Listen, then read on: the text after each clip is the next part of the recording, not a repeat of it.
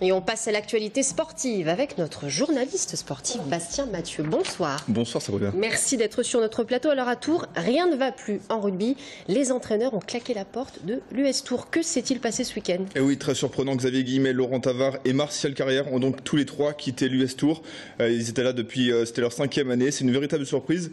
Mais finalement, c'est une décision prise avec pas mal de recul et depuis pas mal de temps. C'est un conflit avec la direction qui est à cause de tout ça. Les entraîneurs qui avaient menacé déjà de partir au début de l'été, s'il n'y avait pas des changements au niveau de la structure, en termes d'organisation et en termes financiers, parce que certains joueurs ne touchaient plus leur indemnisation et du coup ne venaient plus à quelques entraînements.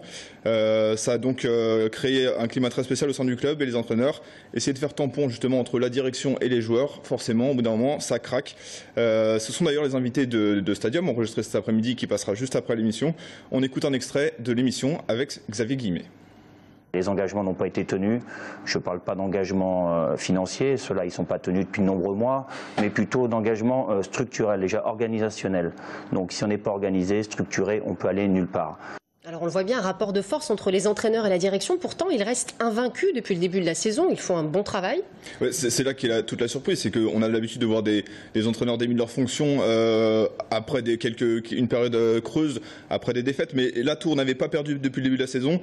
Un nul, une victoire à l'extérieur. Et puis dimanche, hier, un match vraiment très réussi contre Orsay. Une victoire imposante, 31-17.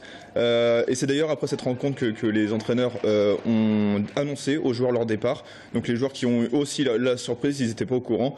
Les entraîneurs qui avaient pris leur décision de partir il y a 3 semaines et qui attendaient la trêve, parce que voilà, pendant 4 semaines, l'US Tours ne va plus jouer. Donc du coup, ça va être intéressant de voir comment le club va se relever.